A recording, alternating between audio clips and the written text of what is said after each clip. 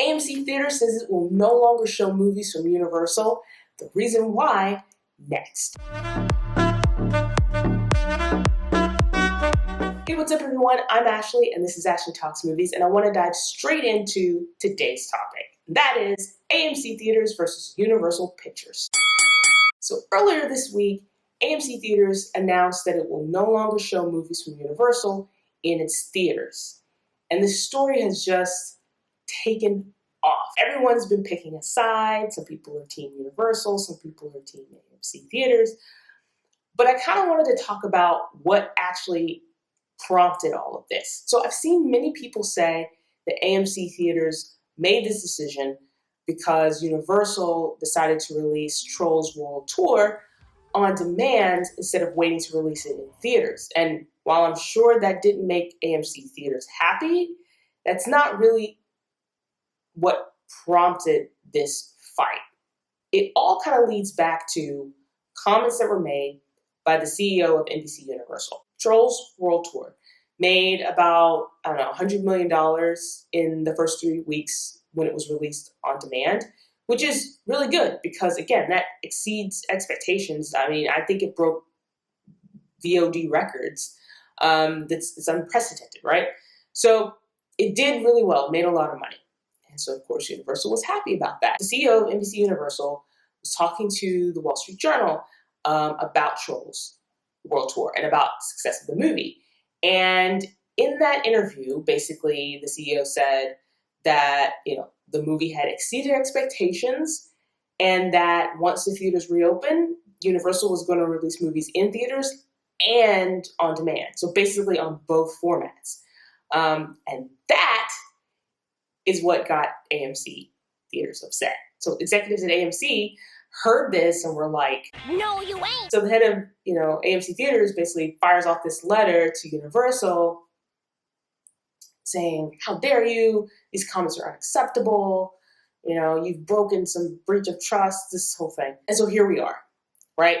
So I kind of see AMC's side of it, but I also see Universal's side of it too. Here's the thing. Businesses are closed, theaters are closed because of the coronavirus pandemic. So not only is AMC hurting, right, but Universal's hurting too. Part of their business segments are shut down, like their theme parks and stuff, because of the coronavirus pandemic. So they can't release their movies in theaters because theaters are closed. They're not getting money from their parks because their parks are closed. So they probably were thinking, you know what, let's release Trolls on demand. We'll give people something to watch because people are stuck at home, which is a very important part, and I'll get back to that in a second.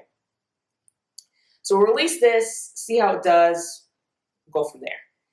And the movie did really well. But at the same time, I don't think AMC wants that to be sort of like the mode of operation moving forward. When you're looking in terms of profitability, does it make sense to just release movies on demand? Especially when, I don't know when, but especially when conditions could change soon. As states start to reopen, as businesses start to reopen, who's not to say that theaters won't start to reopen? Granted, they'll probably be implementing some new measures like social distancing, reduced capacity, and things like that. But once they reopen, just say they get back to normal, right? Are people gonna spend $20 to rent a movie for every movie? I don't know. I feel like people will return to theaters. And I mean, movie studios like Disney and Paramount and all those are waiting on that. That's why they've pushed their movies back. They're waiting for the theaters to reopen. They're waiting for people to be able to go back out into the theaters and spend their money because they'll make more money with everyone paying on average, $12, $13, $14 per ticket to go see a movie versus a group of people sitting around gathered together and somebody paying $19 to rent it. For AMC, it's about the theatrical window. It's about, a threat to their business, and I kind of understand that side. But then again, on Universal's end, I kind of understand why they released, Trolls during a shutdown, right? I just think AMC doesn't want them to do that from here on out. And I think that is where there's this fight, this rift. Granted, I don't think it will last very long because, I mean, shortly after the news broke about, this public spat that they were having, Universal released a statement saying essentially that they believe in the movie-going experience. They do still plan to release movies in theaters.